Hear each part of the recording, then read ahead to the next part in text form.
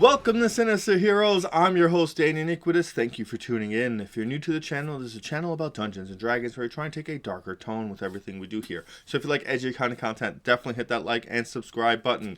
Big thank you to our Patreon supporters. We love you guys. Thank you so much for supporting the channel. What you do for us is absolutely amazing. And if you're interested in becoming a Patreon supporter, the link is in the description, as well as a link to our good friends at Critical Failures, where we're part of a live stream game. Check us out Wednesdays at 9:30. Definitely check them out. They're a lot of fun to play with. They do a lot of fun stuff. I enjoy it a lot. And with that out of the way, we're going to jump to this week's video. We're going to talk about one of my favorite lineages, the Hexblood. The Hexblood comes to us from Van Richten's Guide to Ravenloft, one of my favorite books, because obviously it's one of my favorite books. So Hexbloods, what are they? They are kind of what the tiefling is to the Nine Hells. The Hexblood is to the hags. Hags are evil fey creatures. Most of them are female. They are like traditional witches that you would see in storybooks, in those nasty true form fairy tales, where they're eating children and poisoning everything around them. They kind of like, they deal in exchanging souls in very horrific manners. They're almost immortal. They are vicious. They are nasty entities and ugly and grotesque, and I deeply love them. They're creepy. They're just very unsettling just to be around, and they have very cool abilities. I like that you get to be that evil witch. Like, I love that. It's personally, I think it's great. There's a lot of cool things you can do with it. And it's nice because you're not necessarily a hag. You're just kind of the result of their magic just kind of growing in you forcibly. The only real depiction that they usually have is a thing called an elder cross. Or witch's turn. This is like a weird kind of crown that they have. It kind of goes from their temples and wraps around behind their head. It's kind of like this weird marking that you've dealt with a hag. It's creepy. It's supposed to look like roots, like thorny, disgusting roots growing out of your head almost painfully. And it's a cool little evil thing to do. I like the idea of it. They give you a bunch of tips or things you can roll on a D8 to kind of pick, well, D6 actually, to pick your how you became a Hexblood. One of them is seeking a child. Your parents made a bargain with the hag, and you were the result of that arrangement. Fey kidnappers swapped you and your parents' child. A coven of hags lost one of its members. You were created to replace the lost hag. You were cursed as a child. A deal with spirits of the forest transformed you into a Hexblood, now free of the curse. You began life as a fey creature, but an accident changed you and forced you from your home. A slighted druid transformed you and bound you to live only so long as a sacred tree bears fruit. Personally, I like that one a lot. Gives you a reason to hate druids. And it's a cool little thing, because now you have something you need to protect. Or something that you would probably like worship at. Which is cool, cryptic, and evil. I think it's a lot of cool opportunities there to develop a character. Because you're now this... And I always play Hexbloods as ugly characters. I happen to like that a lot. And I feel like that's a result of the curse of this magic infecting your life. And I feel like that really gives you this opportunity to be this kind of ugly duckling hero. Where the world expects you to be one way. The world looks at you a certain way. Kind of like the way the world looks like a tiefling. Where they think it's a bad omen or it's bad to be around. They kind of just want to throw rocks at them to get them away from towns. You're kind of like that. And you're cryptic and people don't want to be around you. And you're in a situation where you get to be the hero. And you get to transcend that. I think that's a cool thing. I think that works really well with the Hexblood, because there's nothing in here that's your fault. And I like that. Because it gives you the opportunity to not be bound to any other lineage but your own. So what I mean by you're not beholden to any lineage but your own. With the ancestral legacies and kind of the way these lineages work from Randrichten's Guide, you can replace a lineage with it, or you can kind of just pick this race right from the beginning. What that is like if you're a dragonborn, you can be a Hexblood dragonborn. You just remove any of the elements except for climbing, flying, or swimming speeds that you gain from it, or any skill proficiencies.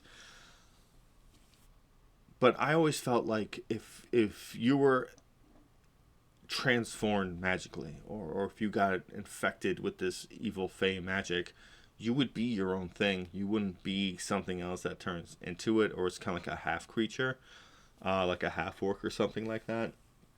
You would be your own thing. So that's a personal thing on my own. I always play Hexblood. It's just specifically a Hexblood. But you're obviously free to do that however you want. I believe this way you still keep your things. Like if you have breath weapon, you still have that. But I personally always choose this as its own thing. So that way the Hexblood is a lineage. The Hexblood is a species. It's a race. It has its own identity. And that's kind of what I meant by that. But you do have that option. If you don't choose a previous species or race to start out with, you do get to choose 2 skill proficiencies on top of the other things you do get. As a Hexblood, you get dark vision, which is great. Gives you 60 feet of dark vision. And then you also get 2 abilities that are very unique. One of them is Hex Magic.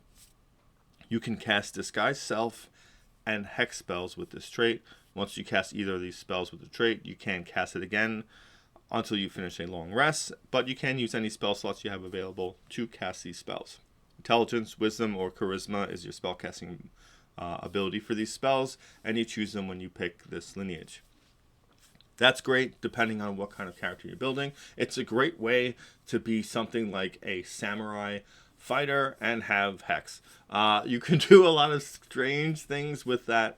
I like that you have these 2 abilities because I feel like it makes a lot of sense. I wish Hex did a little bit. I wish Hex was really a different kind of spell altogether, like a weaker version of a curse. I feel like that would be more akin to what a Hex really is. But I'll take it as it is because it's fun to use.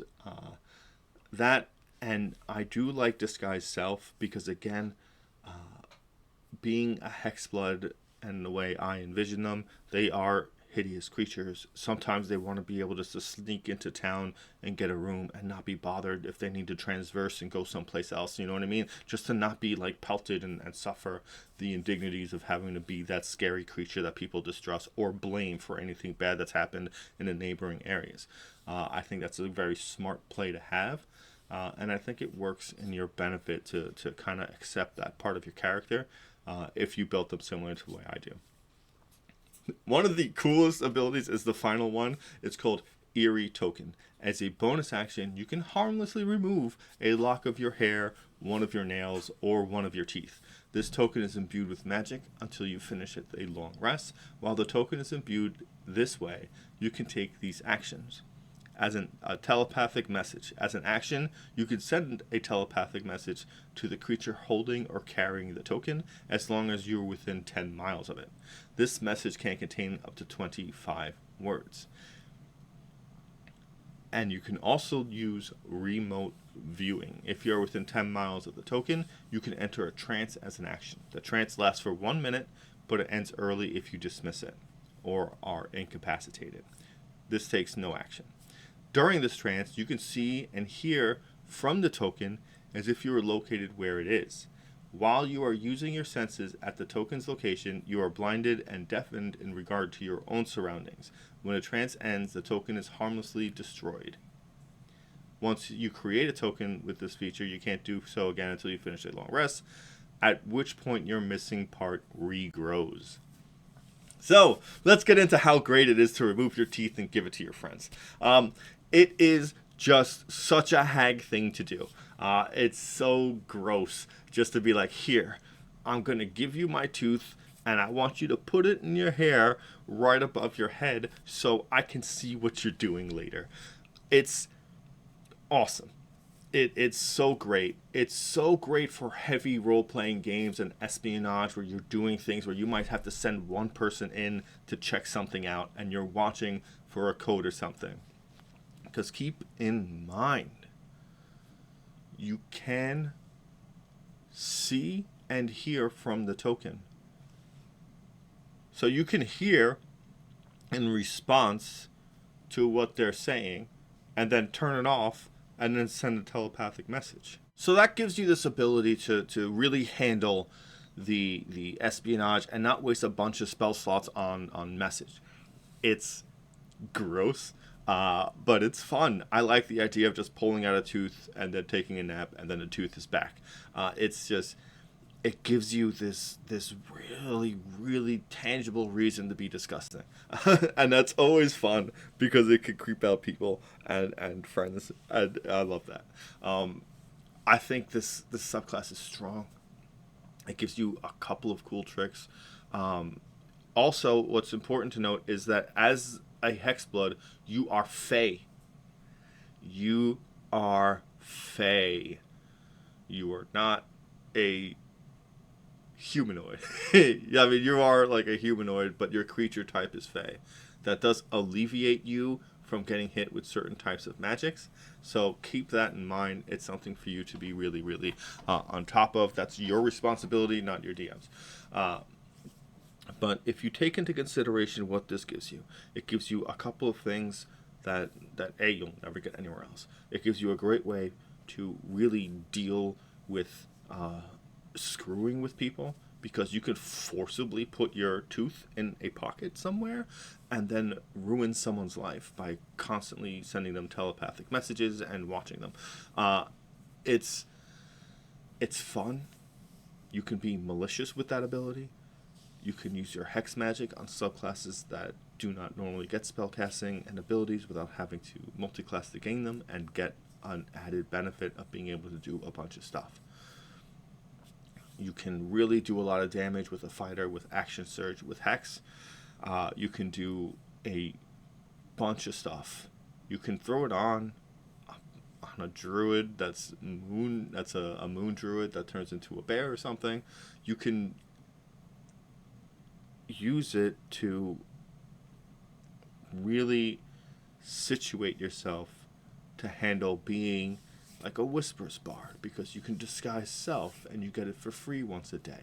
You can add it on to other things that might not know or have like the availability to gain spells, but you need them for infiltration. Like disguise self is fantastic for that. Just to be able to avoid being detected in certain circumstances, like heavy role-playing like circumstances, that's a really big deal. If you are the rogue, I think it's the mastermind, or the Inquisitor. I'm pretty sure it's the Inquisitor.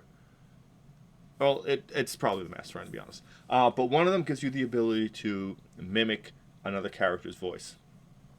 If you were going to pose as another leader to speak to a leader in order to change the course of action between two factions in a heavy role-playing scenario, disguise self on that kind of a rogue would be really great.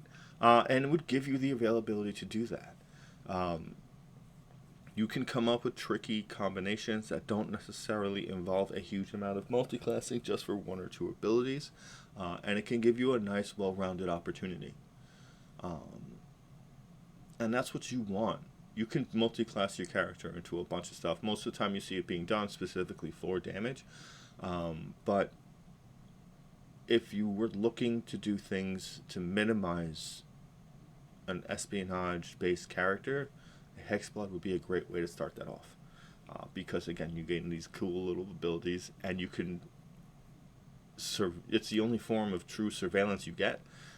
You can really do everything with it, so keep that in mind, because you can do a lot of fun stuff with it, and no other species gets that or anything close to that.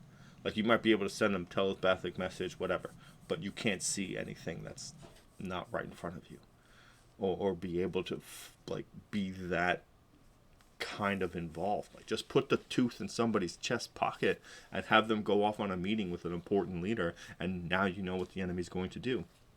That is cool. It's just fun. It gives you the opportunity to set up ambushes, to really get ahead of your enemy. You know, say you cast sleep at a high level and put some people out. Stuff the tooth in someone. Or even better, take that lock of hair and tie it into someone's hair already. Like, almost like a weave. If it's like the same color or anything, they might not even notice it. And then you can see from that vantage point. And you can see and hear where your enemies are, what they're doing. What if that person looks at a map? Like, you know everything. And it can be fun. That being said, I love the Hexblood. It is a gross character that's a lot of fun to play. I like being creepy and just horribly abusing NPCs. That is kind of my jam. But if you've made it this far into the video, definitely hit that like and subscribe button. A big thank you to our Patreon supporters. We love you guys. Thank you so much for supporting the channel. What you do for us is absolutely amazing. And thank you to our good friends at Critical Failures. The link to both of those is in the description. We're part of a live stream game with them. They are amazing. Check them out. And thank you for giving a spooky kid a chance.